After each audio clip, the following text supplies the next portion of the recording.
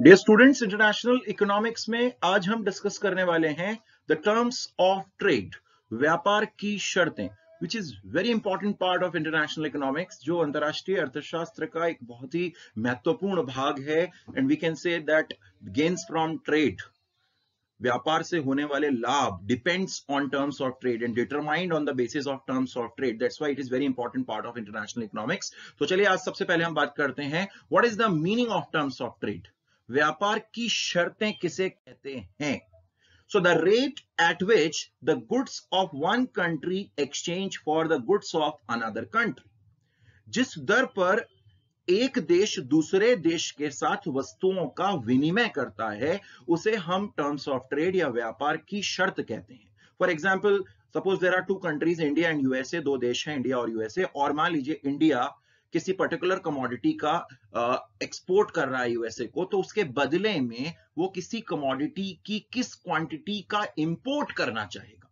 So basically, terms of trade measures the purchasing power of exports of a country.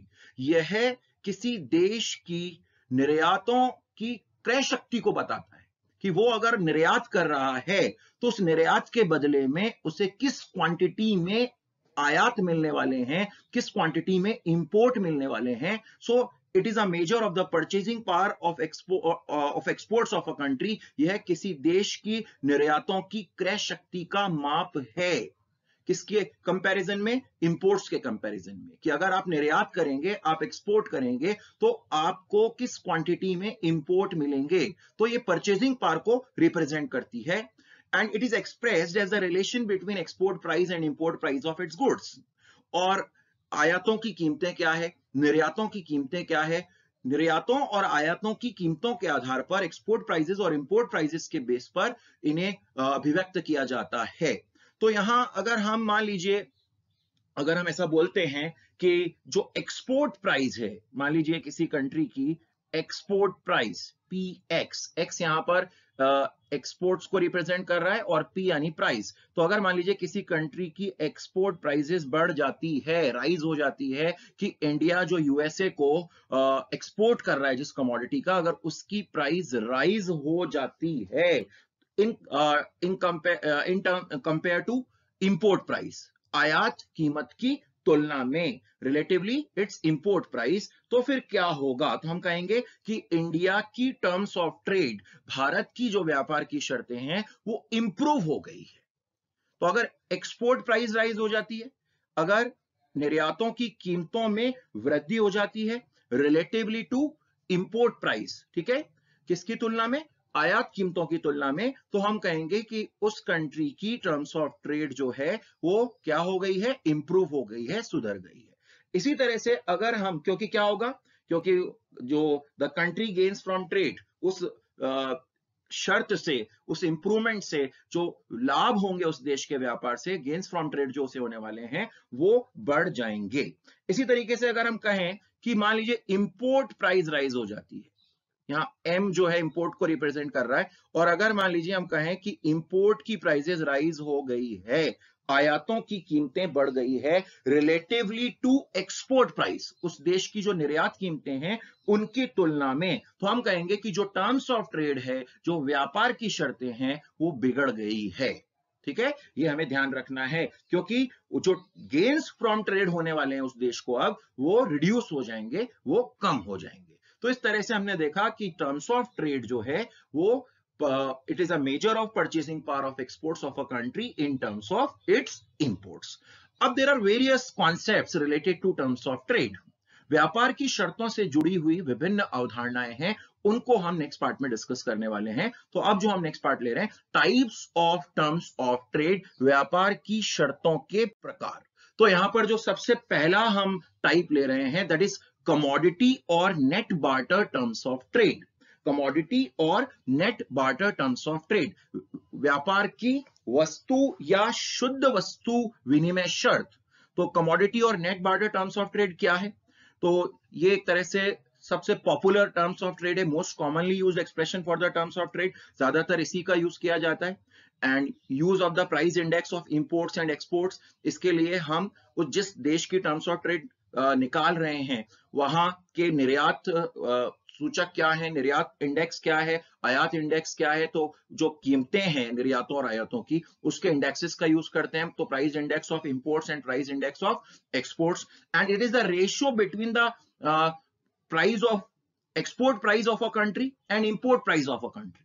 So it is a ratio between the price of a country's export goods and import goods कि वह देश जो निर्यात कर रहा है जिस वस्तु का उसकी कीमत क्या है और जो आयात कर रहा है उसकी कीमत क्या है, उनके अनुपात से हम कमोडिटी या net barter terms of trade को कैलकुलेट करते हैं। तो यहां एक बार इसका जो फॉर्मूला बन रहा है उसे आप समझिए, जैसे हम कहेंगे TC is equal to PX upon PM.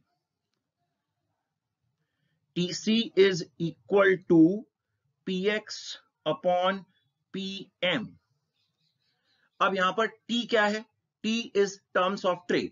T यहां पर व्यापार की शर्तों को रिप्रेजेंट कर रहा है। C commodity terms of trade, C for commodity terms of trade, ठीक है।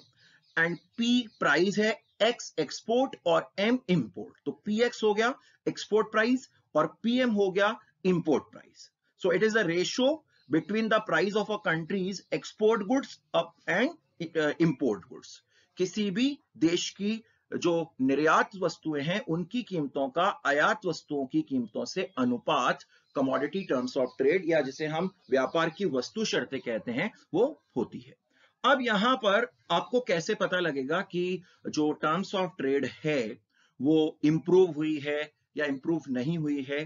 तो हम क्या करते हैं, to measure the commodity terms of trade over a period of time, एक निश्चित समयावधि में कमोडिटी टर्म्स ऑफ ट्रेड का पता लगाने के लिए हम क्या करेंगे कि हम over a period of time में जो चेंजेस होने वाले हैं एक्सपोर्ट प्राइस और इंपोर्ट प्राइस में उसका एनालिसिस करेंगे।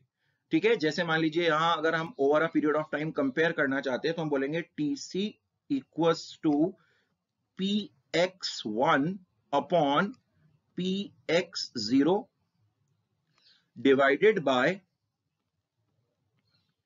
PM1 upon PM0।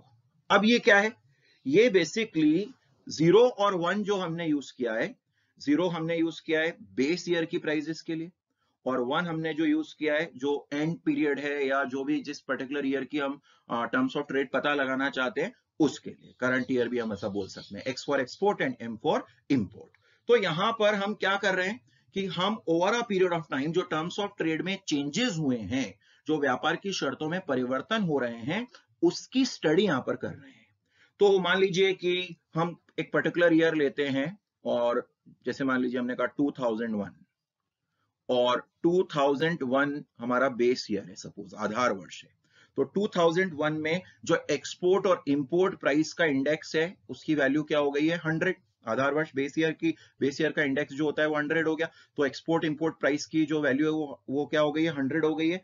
और हमने ये देखा कि हम 2011 जो है उसके अंदर क्या टर्म्स ऑफ ट्रेड रही है हमारी कमोडिटी टर्म्स ऑफ ट्रेड, उसका पता लगाना चाहते हैं। तो 2011 में जो एक्सपोर्ट प्राइस का इंडेक्स उसकी जो वैल्यू आ रही है वो एक्सपोर्ट प्राइस का इंडेक्स की वैल्यू डाउन हो गई है और मान लीजिए वो 90 हो गया है। और जो इंपोर्ट प्राइस के इंडेक्स की वैल्यू आ रही है, इंपोर्ट प्राइस के इंडेक्स की वैल्यू मान लीजिए आ गई है हमारी PM1, ये इंपोर्ट प्राइस राइज हो गया है तो ये 110 हो गई है। तो जब हम इन वैल्यूज को इस फॉर्मूले में जो over a period of time changes होने वाले हैं इसमें पुट करते हैं तो ये 90 और बेस ईयर का इंडेक्स 100 डिवाइडेड बाय PM1 की वैल्यू आ गई है 110 और यहां बेस ईयर का इंडेक्स फिर से 100। तो जब आप इसे सॉल्व करेंगे तो आपको यहां पर जो वैल्यू मिलने वाली है दैट इज 81.8। तो ये 81.8 क्या रिप्रेजेंट कर रहा है कि एक तरह से इस देश की, इस कंट्री की जो टर्म्स ऑफ ट्रेड है वो करीब करीब 18% डिक्लाइन हो गई है। अगर हम इसे कंपेयर करें 2011 में इस कंट्री की terms of trade compare to 2001 की तुलना में 18%, लगभग 18% जो है वो डिक्लाइन हो गई है। तो इस तरह से हमने देखा कि किस तरीके से आप कमोडिटी या net barter terms of trade का यूज कर सकते हैं, उसे कैलकुलेट कर सकते हैं। अब ये जो टर्म्स ऑफ ट्रेड है, it is used by the economist to measure the gains from international trade. व्यापार से, अंतरराष्ट्रीय व्यापार से जो लाभ होने वाले हैं उनका मापन करने के लिए इन शर्तों का प्रयोग किया जाता है। और जो हमने पिछले वीडियो में पढ़ा था ऑफर कर्व एनालिसिस, मिल मार्शल का जो एनालिसिस था, वहां जो टर्म्स ऑफ ट्रेड डिटरमाइन होती है दैट इज कमोडिटी और net barter terms of trade. तो ये हमारी फर्स्ट टर्म्स ऑफ ट्रेड हो गई। अब इस कॉन्सेप्ट की कुछ लिमिटेशंस हैं। लिमिटेशंस क्या हैं? इस कॉन्सेप्ट की लिमिटेशंस की अगर हम बात करें तो यहां पर सबसे पहले कि जो इंडेक्स नंबर हम लेने वाले हैं उसमें प्रॉब्लम आने वाली है कि किस ईयर को आप बेस ईयर लेंगे, ठीक है। Then change in the quality of the product over a period of time, जो प्रोडक्ट की क्वालिटी है वो किस तरह से बदल रही है उसको यहाँ पर कंसिडर नहीं किया जा रहा है। देन चेंजेस इन प्राइसेस, कीमतों में परिवर्तन होते रहते हैं। इंपोर्ट कैपेसिटी क्या है, जो इंपोर्ट कैपेसिटी है, जो आयात क्षमता है, उसको इसमें इग्नोर किया है। एंड प्रोडक्टिव कैपेसिटी, किसी कंट्री की उत्पादन क्षमता क्या है, उसको भी यहां पर कंसिडर नहीं किया गया है। तो इस तरह से ये कुछ इसकी लिमिटेशंस हैं और इन्हीं की वजह से अब हम जो सेकंड कॉन्सेप्ट ले रहे हैं that is gross barter terms of trade, सकल वस्तु विनिमय व्यापार की शर्तें। तो अब हमने first net barter terms of trade को डिस्कस किया। Now the second concept is gross barter terms of trade. और ग्रॉस और नेट जो कॉन्सेप्ट हैं, जो दोनों व्यापार की शर्तें हैं, ग्रॉस और net barter terms of trade, इसका जो डिफरेंस है उसको इंट्रोड्यूस करने वाले थे टॉन्जिंग इन 1927। और यहां पर इस सेकंड कॉन्सेप्ट में हम जो एक्सपोर्ट और इंपोर्ट की क्वांटिटीज हैं, जो निर्यात और आयात की मात्राएं हैं, उनके बेस पर किसी कंट्री की टर्म्स ऑफ ट्रेड को डिटरमाइन करने वाले हैं।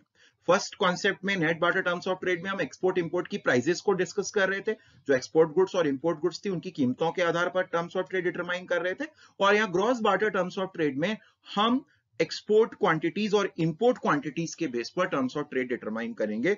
So how will you define gross barter terms of trade? क्या है सकल वस्तु विनिमय व्यापार की शर्तें? The gross barter terms of trade is the ratio between the quantities of a country's imports and exports.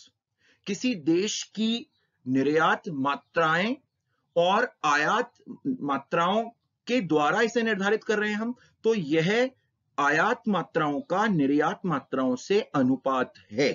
तो यहां पर हम एक्सपोर्ट और इंपोर्ट की क्वांटिटीज को डिस्कस कर रहे हैं। तो एक बार हम जो फॉर्मूला बनेगा उसको यहां देखने वाले हैं।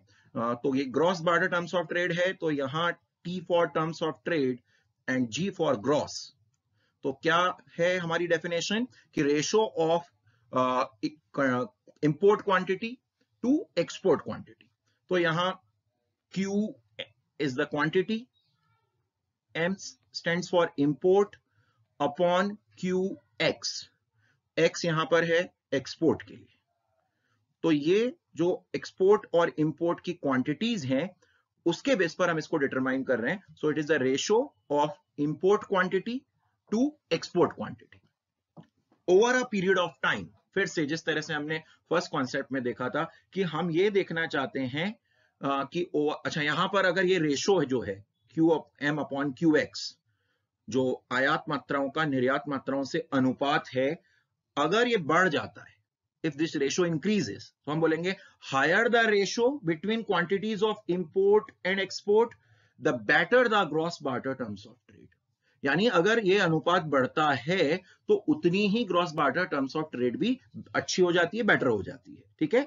यानी फिर से वही कंक्लूजन यहां पर हम दे सकते हैं कि अगर ये रेशो बढ़ता है, इसका मतलब a large quantity of imports, हम बहुत अधिक मात्रा में आयात कर सकते हैं सेम वॉल्यूम ऑफ एक्सपोर्ट से, ठीक है। सेम क्वांटिटी हम एक्सपोर्ट की देकर ज्यादा क्वांटिटी में इंपोर्ट कर सकते हैं, यानी टर्म्स ऑफ ट्रेड बेटर हो गई है। तो अगर रेशो बढ़ता है तो इसका मतलब टर्म्स ऑफ ट्रेड जो है वो बेटर हो गई है, इंप्रूव हो गई है। ये कंक्लूजन हम यहां पर दे सकते हैं। अब हम बात करेंगे over a period of time. मान लीजिए हमें ये देखना है कि क्या टर्म्स ऑफ ट्रेड इंप्रूव हुई है, तो over a period of time फिर से हम कंपेयर करेंगे। तो हम क्या फॉर्मूला बनाएंगे?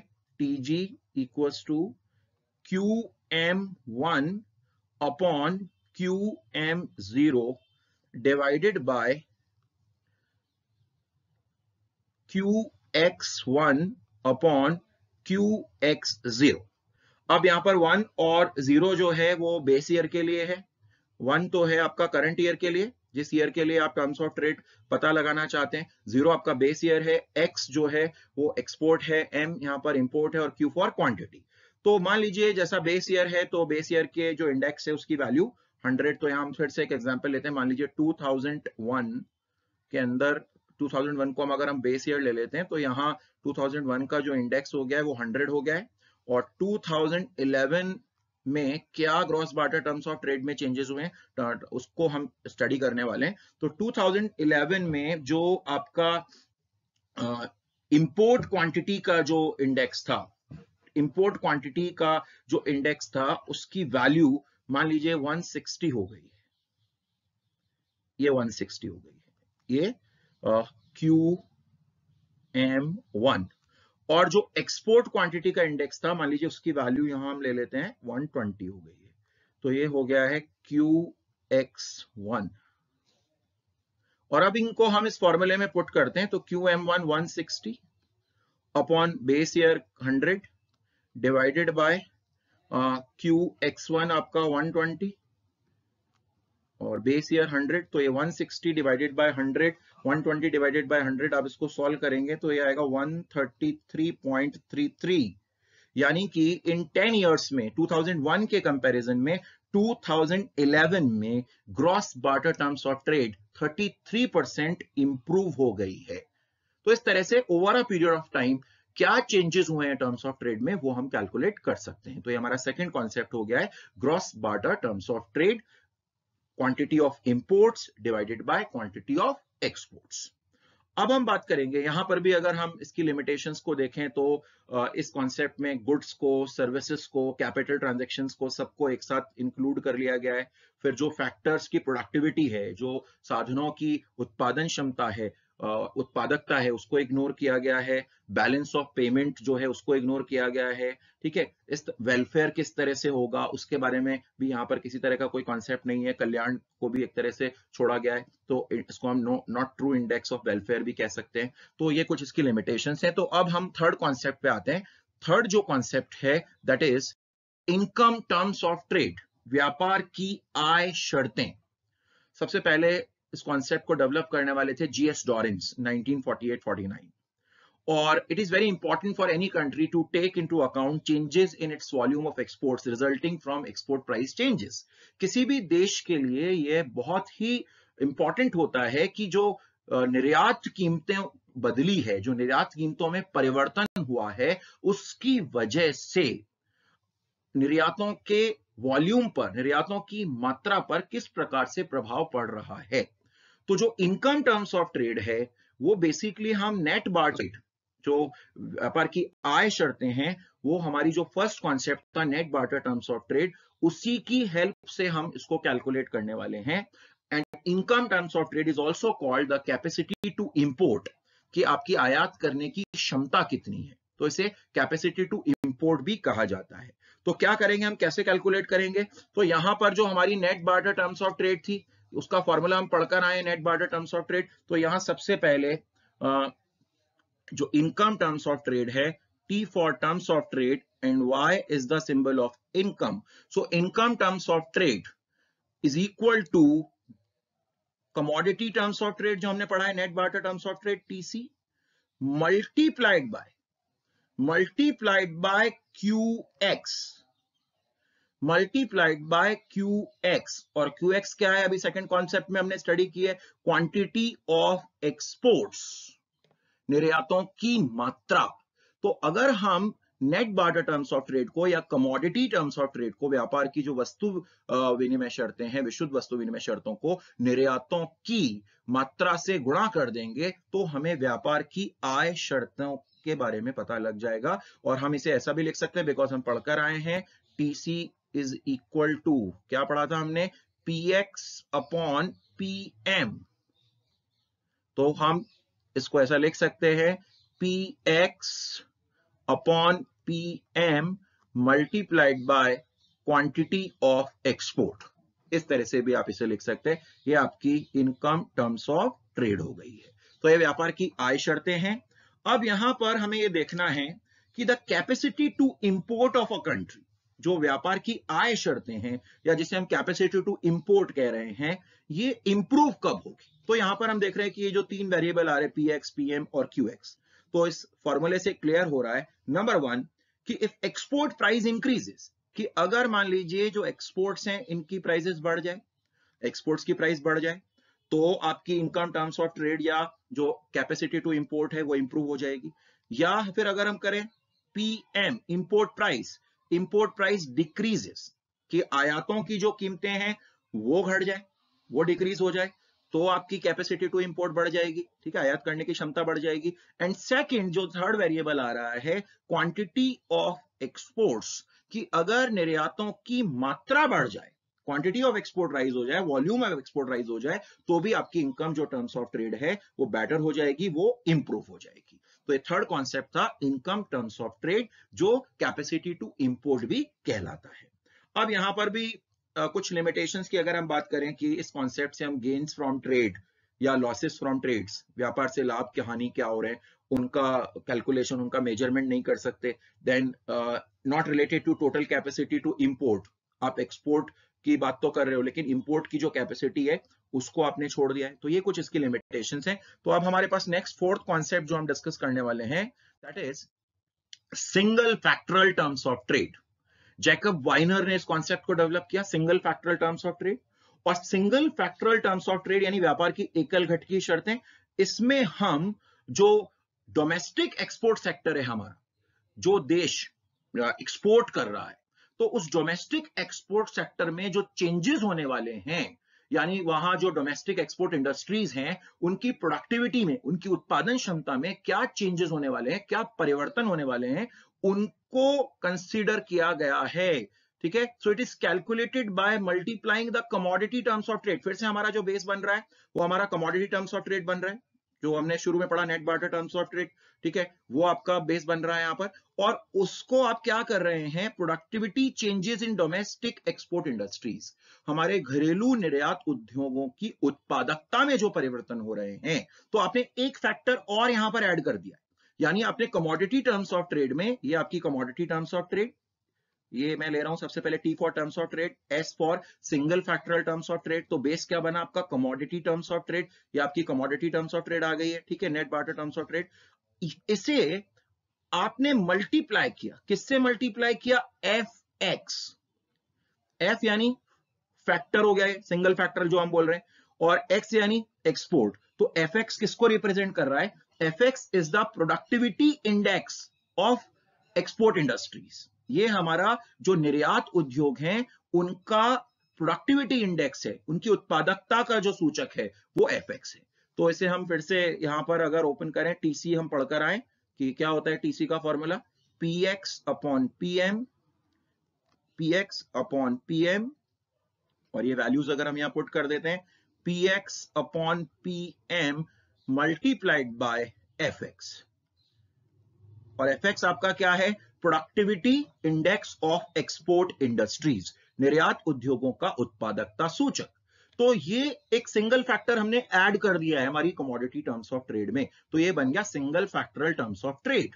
तो अगर मान लीजिए किसी कंट्री की एकल घटकीय व्यापार शर्तें या single factoral terms of trade improve हो रही है, तो as productivity improves in export industries, कि अगर आपकी निर्यात उद्योगों की उत्पादकता इंप्रूव हो गई है, सुधर गई है, तो इसका मतलब single factoral terms of trade जो होगी वो इंप्रूव हो जाएगी।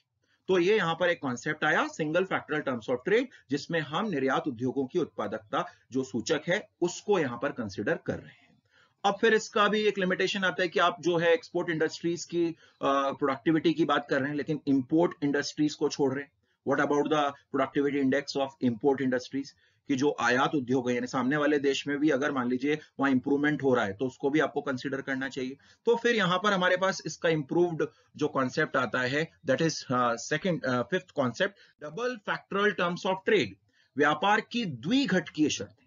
ठीक है, तो अब double factoral terms of trade में क्या हो रहा है कि अब आप दोनों इंडस्ट्रीज यानी जो एक्सपोर्ट सेक्टर के डोमेस्टिक इंडस्ट्रीज हैं उनको भी आप उनकी प्रोडक्टिविटी को भी चेक कर रहे हैं, और जो फॉरेन एक्सपोर्ट सेक्टर के जो इंडस्ट्रीज है यानी जिसका हम इंपोर्ट कर रहे हैं उसकी प्रोडक्टिविटी को भी आप चेक कर रहे हैं। तो यानी अगर हम हमारी कमोडिटी टर्म्स ऑफ ट्रेड में दोनों जो प्रोडक्टिविटी इंडेक्सेस हैं एक्सपोर्ट के और इंपोर्ट के उनको भी कंसिडर कर लेंगे, तो फिर यानी निर्यात और आयात उद्योगों की उत्पादकता सूचक दोनों को कंसिडर कर लेंगे तो हमारी द्विघटकीय व्यापार की शर्तें double factoral terms of trade बन जाएगी। So when the commodity terms of trade are corrected for change in productivity in both producing both export and imports, तो फिर जो रिजल्ट आने वाला है that is double factoral terms of trade. यानी अगर हम जो हमारी एक कमोडिटी टर्म्स ऑफ ट्रेड है, जो net barter terms of trade है, उसको एडजस्ट कर लें, ठीक है, चेंजेस जो हो रहे हैं एक्सपोर्ट और इंपोर्ट इंडस्ट्रीज में उसके साथ, तो फिर हमें double factoral terms of trade मिल जाएगी। किस तरह से फॉर्मूला बनेगा आप देखिए यहां पर, ये टी हमारी टर्म्स ऑफ ट्रेड, कौन सी, डी फॉर डबल, ये डी फॉर डबल, तो ये double factoral terms of trade हो गई है। द्विघटकीय व्यापार की शर्तें टी एंड डी, तो ये double factoral terms of trade. तो क्या किया हमने बोला हमारी कमोडिटी टर्म्स ऑफ ट्रेड, ठीक है, जो वस्तु विनिमय व्यापार की शर्तें थी, net barter terms of trade multiplied bye,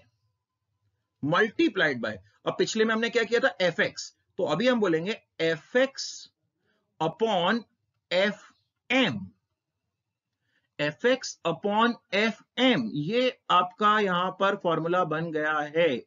अब यहां एफ एक्स क्या रिप्रेजेंट कर रहा है, जो सिंगल फैक्टरल में रिप्रेजेंट कर रहा था कि productivity index of export industries, निर्यात उद्योगों का उत्पादकता सूचक था। अब यहां एक और फैक्टर ऐड हो गया, F M. Now what is F M, import productivity index. आपका एफ एक्स तो एक्सपोर्ट प्रोडक्टिविटी इंडेक्स हो गया है, और एफ एम जो है वो इंपोर्ट प्रोडक्टिविटी इंडेक्स हो गया है। यानी आपने यहाँ एक्सपोर्ट और इंपोर्ट दोनों को कंसीडर कर लिया है, दोनों को शामिल कर लिया, इसलिए double factoral terms of trade हो गई है। और यहाँ पे भी अगर हम वैल्यू पुट करें, टीसी हम पढ़ते आ रहे हैं, टीसी का वैल्यू क्या है, PX upon PM, price of export upon price of import, निर्यातों की कीमत अपॉन आयातों की कीमत, multiplied by F X upon F M. तो एफ एक्स क्या है, एफ एक्स हो गया आपका प्रोडक्टिविटी इंडेक्स एक्सपोर्ट्स का, और एफ एम क्या है, आपका प्रोडक्टिविटी इंडेक्स हो गया इंपोर्ट का। तो हमने एक्सपोर्ट और इंपोर्ट दोनों की प्रोडक्टिविटी इंडेक्सेस को यहां पर कंसीडर कर लिया है, तो ये हो गया double factoral terms of trade. तो एक तरह से it helps in measuring the change in the rate of exchange of a country, कि किसी देश की जो एक्सचेंज रेट चेंज हो रही है, उस किस तरह से टर्म्स ऑफ ट्रेड चेंज हो रही है उसके बारे में हमें बता रहा है। किसकी वजह से, जो वहां प्रोडक्टिविटी चेंजेस हो रहे हैं, कि अगर आपके यहां पर निर्यात उद्योगों की उत्पादकता बढ़ गई है तो उसका इफेक्ट इस पे पड़ने वाला है, या सामने वाले कंट्री में जो जिसका आप इंपोर्ट कर रहे हो उनकी प्रोडक्टिविटी चेंज हो गई है तो इसका इफेक्ट होने वाला है, ठीक है। तो दोनों फैक्टर्स को यहां पर इंक्लूड किया गया है। तो अगर हम कहें कि rise in the double factoral terms of trade, कि अगर टीडी की वैल्यू बढ़ जाती है, ये इसकी value over a period of time बढ़ जाती है, तो इसका क्या मतलब होगा, तो इसका मतलब होगा कि आपकी प्रोडक्टिव एफिशिएंसी है, जो आपकी उत्पादन क्षमता है प्रोड्यूसिंग एक्सपोर्ट्स बनाने की, वो इंक्रीज हो गई है, वो बढ़ गई है relatively to the factors producing imports in other country. कि यहां पर अगर हमारी टीडी इंप्रूव हो रही है तो हम बोलेंगे कि हमारा जो निर्यात उद्योगों की उत्पादकता है वो रिलेटिवली आयात उद्योगों की उत्पादकता के कंपैरिजन में वो एफिशिएंट है, वो इंप्रूव हो गई है, ठीक है, वो बढ़ गई है, ठीक है। तो इस तरह से आपकी double factoral terms of trade वो क्या होगी, वो इंप्रूव हो जाएगी, उसमें सुधार हो जाएगा। तो ये हो गया हमारा double factoral terms of trade. अब इसके बाद हम एक कॉन्सेप्ट और ले रहे हैं, and this concept is that is real cost terms of trade. real cost terms of trade, व्यापार की वास्तविक लागत शर्तें। वाइनर ने इस कॉन्सेप्ट को डेवलप किया, और Viner has also developed a terms of trade index to measure the real gain from international trade. व्यापार से वास्तविक लाभों का मापन करने के लिए कि किस तरह से इंटरनेशनल ट्रेड से हमें रियल गेन होने वाला है, वास्तविक लाभ होने वाला है, उसको हम कैसे मेजर करेंगे, उसके लिए real cost terms of trade जो है वो वाइनर ने डेवलप की। And this index is calculated by multiplying the single factoral terms of trade with the reciprocal of. अब जो है एक इंपॉर्टेंट फैक्टर आ रहा है कि इस टर्म्स ऑफ ट्रेड को हम कैसे कैलकुलेट करेंगे, तो इसके लिए हमें सबसे पहले क्या चाहिए, single factoral terms of trade. अभी अभी हमने पढ़ा है single factoral terms of trade, तो यहां हम कैलकुलेट कर रहे हैं T R, T for terms of trade, R for real cost, ठीक है। टी व्यापार की शर्तें और आर वास्तविक लागत, तो T R real terms of trade. तो इसके लिए हमें सबसे पहले क्या चाहिए, single factoral terms of trade. Single factoral terms of trade का किससे हमने रिप्रेजेंट किया था, टी एस, ये जो अभी हमने पढ़ा है T S, concept number 4, T S, T for terms of trade, S for single फैक्टरल।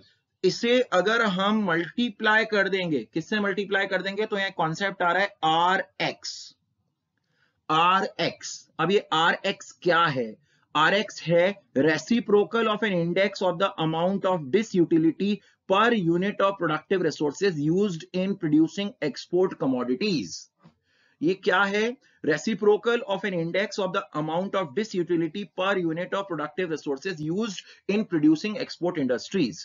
कि निर्यात उद्योगों में उत्पादन के लिए, जो निर्यात उद्योगों में आप उत्पादन कर रहे हैं, जो एक्सपोर्ट कमोडिटीज आप बना रहे हैं, उसके लिए जो प्रोडक्टिव रिसोर्सेज पर यूनिट ऑफ प्रोडक्टिव रिसोर्सेज जो आप सेक्रीफाइस कर रहे हैं, जो यूज कर रहे हैं, उसकी डिसयूटिलिटी क्या है, ठीक है, वो ये यहां पर रिप्रेजेंट कर रहा है। सो Rx is the amount of disutility, अनुपयोगिता है, ठीक है, पर यूनिट ऑफ प्रोडक्टिव रिसोर्सेज, प्रति इकाई जो हमारे संसाधन हम काम में ले रहे हैं, जो उत्पादन के साधन हम काम में ले रहे हैं, इन प्रोड्यूसिंग एक्सपोर्ट कमोडिटीज, निर्यात वस्तुओं को बनाने में। यानी आप जो निर्यात वस्तुओं का उत्पादन बढ़ा रहे हो, उसके लिए जो पर यूनिट प्रोडक्टिव रिसोर्सेज लगा रहे हो, उसमें आपको कितनी डिसयूटिलिटी मिल रही है, कितनी अनुपयोगिता मिल रही है। So amount of disutility per unit of productive resources used in producing export commodities. तो जब आप इसे मल्टीप्लाई कर देंगे single factoral terms of trade से, तो आपको मिल जाएगी रियल टर्म्स ऑफ ट्रेड। तो यहां अगर हम देखें तो single factoral terms of trade का हम क्या फॉर्मूला पढ़कर आए,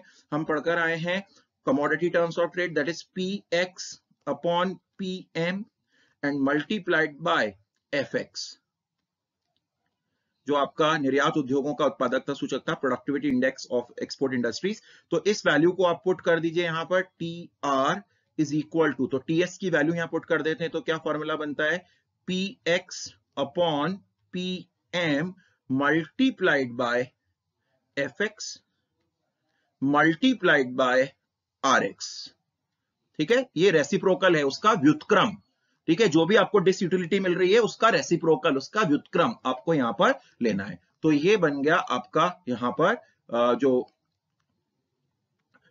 आपकी नेक्स्ट जो हमारा concept real cost terms of trade है, वो यहां पर बन गया है। तो सिक्स्थ कॉन्सेप्ट हमने देखा real cost terms of trade.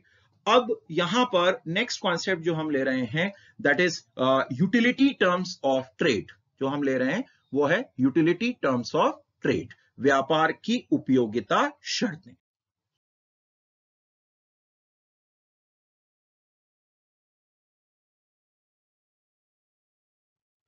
तो अब हम last concept terms of trade का ले रहे हैं, that is utility terms of trade, व्यापार की उपयोगिता शर्तें।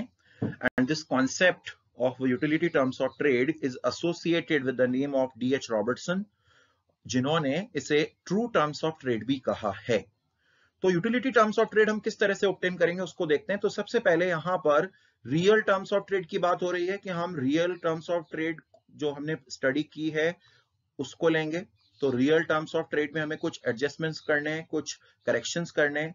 So when real terms of trade is corrected for the relative desirability of imports end of the domestic goods, कि आपको जो डिजायरेबिलिटी है, रिलेटिव डिजायरेबिलिटी इंपोर्ट्स की और डोमेस्टिक गुड्स की, whose consumption is foregone because of the use of resources in export production, कि आपने जो निर्यात वस्तुओं का उत्पादन किया है, जो एक्सपोर्ट्स का प्रोडक्शन किया है, उसके लिए जो रिलेटिव डिजायरेबिलिटी ऑफ इंपोर्ट्स की, आपको एक तरह से इंपोर्ट्स की जो जरूरत है, आयात वस्तुओं की जो जरूरत है, या जो आपने डोमेस्टिक गुड्स सेक्रीफाइस की है, जिन घरेलू वस्तुओं का त्याग आपने किया है, ठीक है, किसके लिए, एक्सपोर्ट्स को बनाने के लिए, उनको यहां पर हम कंसीडर करेंगे और उसकी हेल्प से हम utility terms of trade obtain करेंगे। तो एक तरह से हम कह सकते हैं कि utility terms of trade is an index of the relative utility of imports and domestic commodities forgone to produce exports. यानी निर्यातों के उत्पादन के लिए एक तरह से जो आयात हैं या जो डोमेस्टिक कमोडिटीज हैं, यानी जो हमारी घरेलू वस्तुएं हैं, उनकी सापेक्षिक उपयोगिता क्या है, उनकी रिलेटिव यूटिलिटी क्या है, उसको जब हम रियल टर्म्स ऑफ ट्रेड के साथ एडजस्ट करेंगे तो हमें यूटिलिटी टर्म्स ऑफ ट्रेड मिलेगी. सो it is calculated with the help of real terms of trade. जो व्यापार की वास्तविक शर्तें थी उसकी सहायता से हम इसे कैलकुलेट करने वाले. एक बार आप फिर से इस कॉन्सेप्ट को ध्यान दें कि इट इज एन इंडेक्स, यह सूचक है of the relative utility of imports and domestic commodities, कि जो आयात और जो घरेलू वस्तुएं जो हम त्याग रहे हैं, जिनको हम सैक्रिफाइस कर रहे हैं, किसके लिए? टू प्रोड्यूस एक्सपोर्ट्स, निर्यातों का उत्पादन करने के लिए. तो यहां पर ये हमारा टर्म्स ऑफ ट्रेड और U for utility, utility terms of trade, उपयोगिता शर्तें, और इसे हम किससे कैलकुलेट कर रहे हैं? हम कैलकुलेट कर रहे हैं रियल टर्म्स ऑफ ट्रेड में एडजस्टमेंट करके. तो TR आपका आ गया रियल टर्म्स ऑफ ट्रेड, और रियल टर्म्स ऑफ ट्रेड के साथ हम क्या कर रहे हैं? हम एक कॉन्सेप्ट यूज कर रहे हैं U. Now what is U? It is the index of relative utility of imports and domestic goods which are sacrificed. कि जिन आयातों का या जो घरेलू वस्तुएं हैं जिनका हमने त्याग किया है, ठीक है, किसके लिए? निर्यातों के उत्पादन के लिए, एक्सपोर्ट प्रोडक्शन के लिए, उनका जो इंडेक्स है वो U है. तो जब हम इस इंडेक्स से हमारी रियल टर्म्स ऑफ ट्रेड को मल्टीप्लाई कर देते हैं, वास्तविक व्यापार की शर्तों को मल्टीप्लाई कर देते हैं, तो हमें यूटिलिटी टर्म्स ऑफ ट्रेड मिल जाती है. तो हम पढ़कर आए हैं कि जो हमारी रियल टर्म्स ऑफ ट्रेड है उसका क्या फॉर्मूला था? उसका फॉर्मूला था आपकी net barter terms of trade PX upon PM multiplied by FX, single factoral terms of trade multiplied by RX. तो जब हम ये वैल्यूज यहां पुट कर देंगे तो TU इक्वल्स टू, तो TR की जगह आप वैल्यूज पुट कर दीजिए PX upon PM multiplied by FX multiplied by RX, और फिर ये एक कॉन्सेप्ट जो आया है U. What is U? U is the index of relative utility of imports and domestic goods, ठीक है, जो हमने सैक्रिफाइस किए, जिनका किया है. तो ये यूटिलिटी टर्म्स ऑफ ट्रेड आपकी हो गई है.